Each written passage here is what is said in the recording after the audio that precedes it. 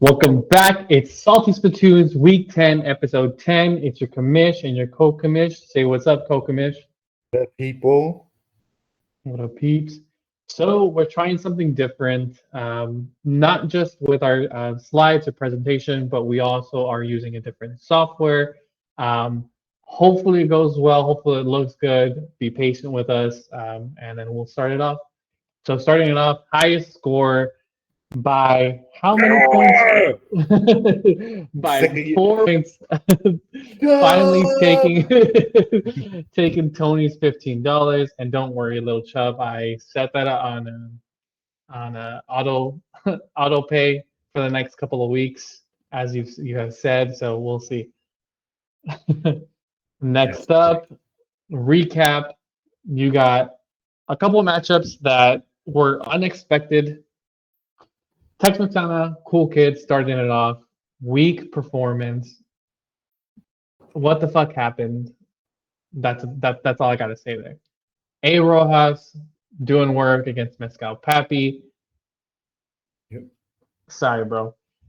Diego against Culero. This one was a good one. It's a fucking tough one because Eckler literally just did not. All Diego needed was for Eckler not to fucking score. And what happens? He scored his second touchdown against the New York Jets that were just not letting the Chargers do anything in the run game, in the pass game. Yet, I mean, pulled it off like by the skin of his teeth. I bet they're fucking sweating bullets, both Oh of them. yeah, bad beat for them. Next up, J Molly Savage Stab, another tough one. I hope Josh learned his lesson. You do not start Zach Wilson.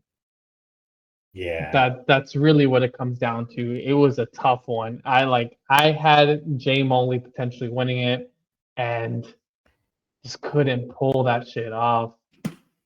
Finally, rookie Little Chubb living up to the matchup that we were expecting, man. It was a close one for sure. Really, all he needed was one more person to do it decently. And the person that you were hoping to do decent was Travis Kelsey. And the T Swift curse. I don't know. We'll he see what happens there. that was Rookie's fault, man. He wasn't a Swifty, so he couldn't properly summon the Travis vibes. The Travis. So yeah. So I know what I'm listening to this week. Right. All right. Next up, power rankings. Last week you had A Rojas at the top, Chubb, Rookie, Anna, Cool Kid, and Jay Moley. This week you have a top dog in A Rojas. Yes, the Eagles are on bye this week, but that ain't a problem. I think A Rojas can give up another two losses, and I still think he would be fine. He's still going to be at the top unless you tell me otherwise. Getting Travis Kelsey and giving up, I think he only solidified himself as the top dog with Travis Kelsey. Next up, Little Chubb stays at number 2. Rookie stays at number 3. I think those make sense. I can't really knock Rookie considering he just barely had a tough loss by like inches. He would have faced anyone else in the league, and I think he would have ended up winning it. Been a dub. Yeah. Savage Dab surprisingly comes in at 4. We bumped him up so many spots because he's getting these W's and everybody else is pretty much sucking. Like that's kind of like what it comes down to.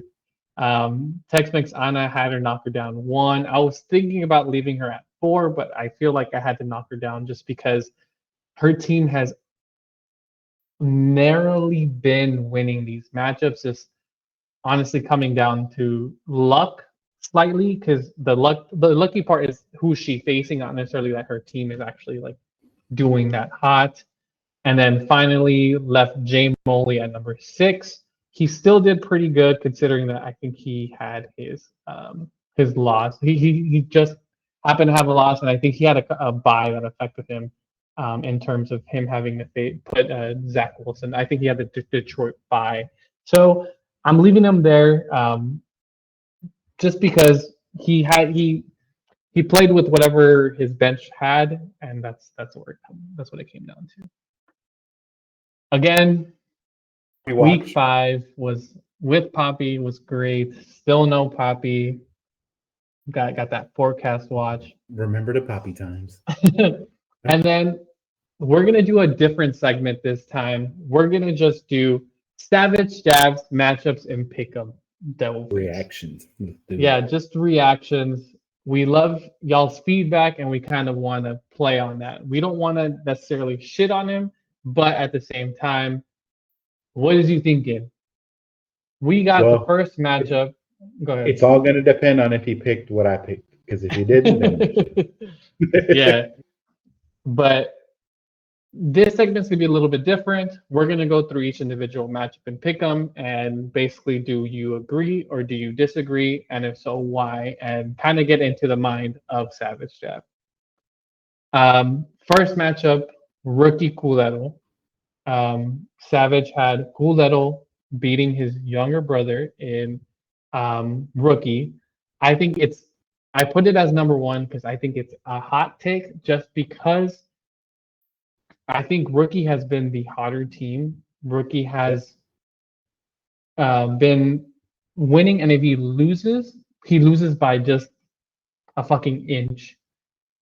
Yep. And on the other hand, Gulero has been winning too. He's had a couple wins that have kept them in the playoff conversation, but they've been against teams that really haven't been performing, and he's had to narrowly beat these teams. So, what do you think? Do you agree? Do you disagree on Savage's take? So I guess that's where disagree. we'll start off. You disagree? I have rookie winning. And the thing that I'm worried about when I look at Culero's lineup is Dobbs against a better New Orleans defense, Eckler against a very strong run defense in Detroit. And then on the other side of that game, Gibbs, well, Monty's coming back. So does that take away touchdown upside from Gibbs? Yeah. So like there's like those are his high scoring like pieces, like a quarterback and the 2-star running backs, and they're in tough matchups. So I think it might be a feast or famine kind of matchup, and I'm projecting that he's going to be a little hungry at the end of the week. And I don't mind the Foreman start this week because Herbert's not playing, and Chicago.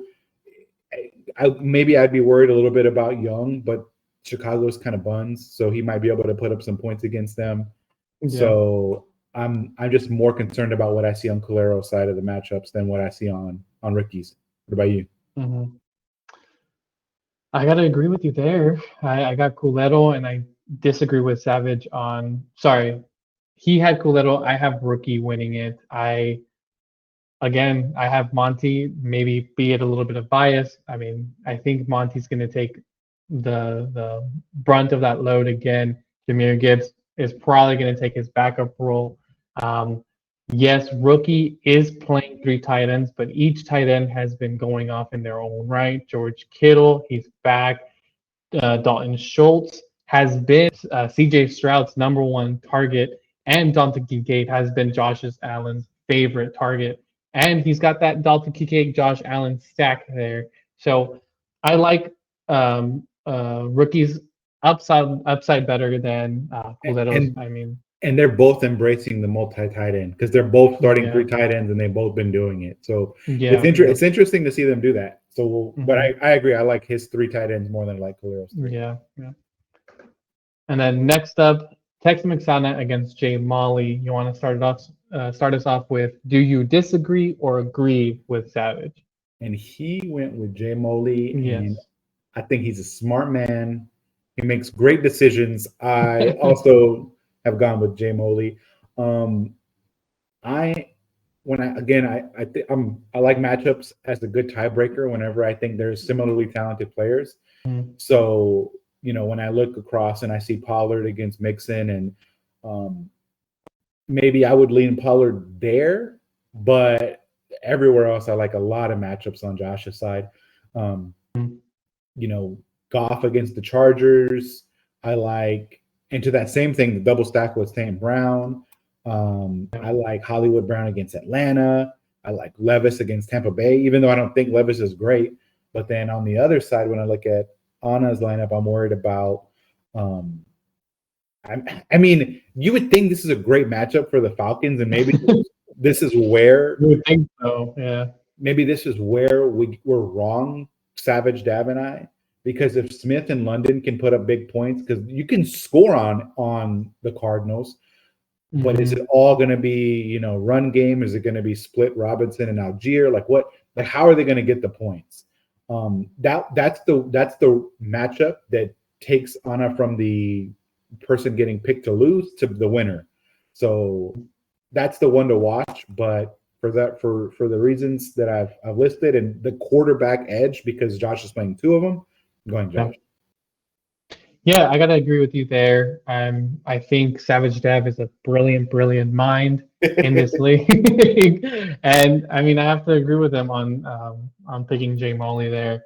I think again, Tex Masana's team has not been on an upward trajectory in terms of like getting the points. I think she should potentially be lower in terms of like her points, and then she only loses that the Dolphins this week, which is tough. It's tough for her, and I think Jay Molly actually playing two QBs versus just one QB. I think that's going to give him the slight edge. I think that's where it comes down to. Next up, Diego versus A. Rojas. Easy. I'll start it off. I am going to disagree with Savage. Like, how do you have this amazing brilliance and come up with this like blasphemy with this bullshit? No, but really, I do believe that this is the week to beat you if anyone is gonna do it. Yep. But I don't think Diego's team is built to even take a backup team of yours. Dang, you say you're really gonna tell Diego you're not that guy. You're not that He's guy. not that guy, bro. Sit down. I do see what Savage Dev is seeing, but I mean, does he know who he's choosing? And plus, I think really what it comes down to is Jamar Chase has not been looking like he's going to be starting this week. I know T. Higgins is out, and they're going to be relying on wide receivers, but I don't know if he plays, and if he doesn't play, then gotta rely on who do you rely on? And Ridley against SF. I don't know if he really scores. Trevor Lawrence is going to be getting stacked against the 49ers, and Kyler Murray, it's his first week coming back. I don't really see him. I see him doing well. He has a nice matchup against the Falcons, but it's a lot to put on him for his first week back. I know he's had a lot of time to adjust. I know he's actually been using he used a lot of the 21-day period to actually get accustomed to the game again, but against the Falcons, Call of Duty? they yeah, and Call of Duty has been one of those things that I think is coming out the same day. So is he going to be distracted? Yeah. So yeah, that's my take on it. I'm with Savage on this one. I was fully already anticipating to lose this game. So I didn't mind giving up Wilson in the deal and forcing another bench player into my lineup. But he's playing. I mean, I have indicators that I like. He's playing two quarterbacks. I'm playing one. He's playing a tight end who's playing in the games. I am not. So I'm a simple man. When I see those kind of red flags, I'm going with the other team. Okay, interesting. That you didn't want to just put that out into existence. Diego's team is gonna flop. I mean, it could flop, but like I'm already giving him like what is it, like a 10, 20-point head start? Like a 20-point projected head start, yeah. Yeah, if you can't beat me with a 20-point head start, I mean, damn. Next up, the Rivera Bowl. Not looking good, man. not looking good. I unfortunately am gonna have to disagree with Savage on this.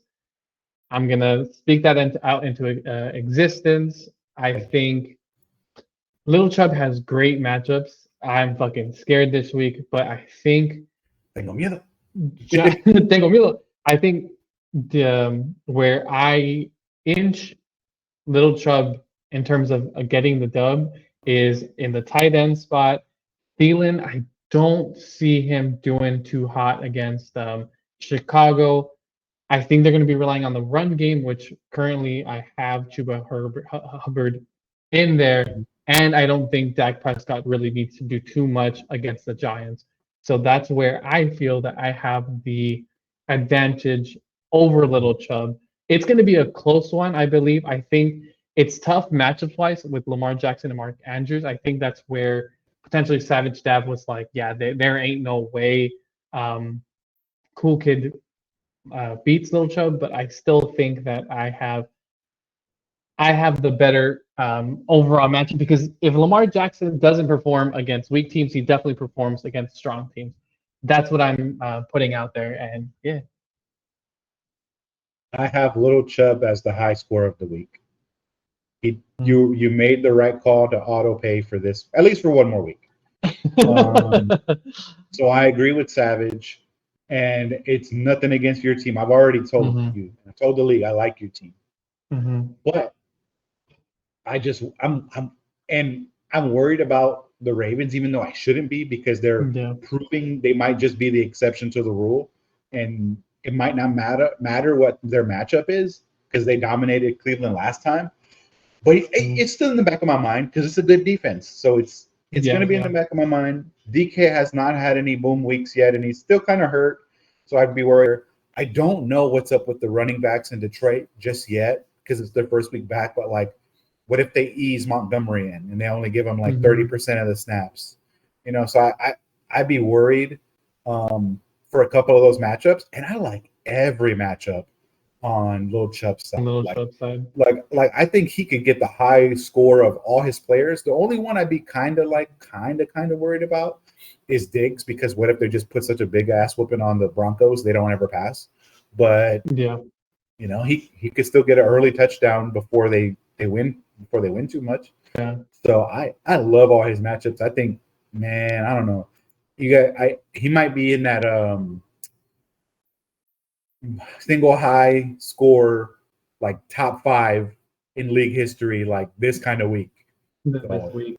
Yeah. I can see it too. Which, by the way, we like just as a point, like we're gonna start seeing all those records broken because we've added more starters and more quarterbacks in the starting lineup. So all those records are gonna fall apart. But just remember, you would think so. But if my records don't fall apart from when we had less starters and less quarterbacks, y'all need to reevaluate because And then finally, I was thinking about like the order of this, and I was thinking of maybe putting me and Little Chubb's matchup on there, but you got the old classic Mescal Savage Dav. Like, what are they, bro? What are they? That's a husband and wife. Yeah. And he had Mescal winning it surprisingly. Actually, let me go back and make sure. Look at it one more time just to make sure. Because I got to do a double take here, make sure that I didn't fuck up. I did fuck up. I was like, that doesn't look right. Savage Jeff chose himself to win it. He said, easy money, GG. This is a technical error. We got to fire the interns. Dude, basically, with this matchup, he chose himself, and as much as I wanted to like fuck around and say disagree, I just can't. I can't do it. CJ Stroud, yes, is good. I think he's better than Jordan Love, and I think he's gonna do better than Jordan Love against the Bengals. But after that, Zach Moss, I'm sorry, JT is back, and he's gonna be the ball hog, getting 70% of those carries. Jerome Ford, he's good. He's not to the Nick Chubb level, but against Baltimore, it's going to be tough. It's going to be so tough to run again. And Njoku. Their defense is top 5. And Njoku, it's going to be tough to even pass to him. If it's not just Mescal's team, look, I mean, just not looking that impressive, it's like he's hoping for those big games with like Devonte Adams coming back, but unfortunately, he's facing the Jets, and he's having to start Taylor Heineke, who he did good last week, but I don't think he had that much of an amazing fantasy performance against Minnesota. So I can't really say much there. I hope there's a lot of shit talking involved, right? Like that's what you would hope for. Uh, I would hope that it's close and there's just so much shit talking, um, but I can't see it. A lot would have to go Mescal's way this week. What do you think? I ended up exactly where you were. I'd be worried about Moss, all the same players. Right? I don't have Yeah, to reiterate all the same players you picked up, and then plus on Sav's side, high scoring upside with the Saints against Minnesota, and McCaffrey's always a monster. So, yeah, I see more guys that I think have higher upside on that side, and that's it. And I do not expect a lot of trash talk because Mescal's ready for next year. He's already looking ahead. Maybe actually doing research this time. maybe. I mean, I'd be curious. Did he do the? He was like, would it be cheating if somebody used like artificial intelligence to help you do it? Draft. Like, did he do it? If not, maybe it's time. If he did, then Yeah. it don't work. But Mm-hmm. yeah, man. I mean, no, he does in Mescal's defense. He is missing Pacheco, and that's tough because Yeah. it's a consistent player at least.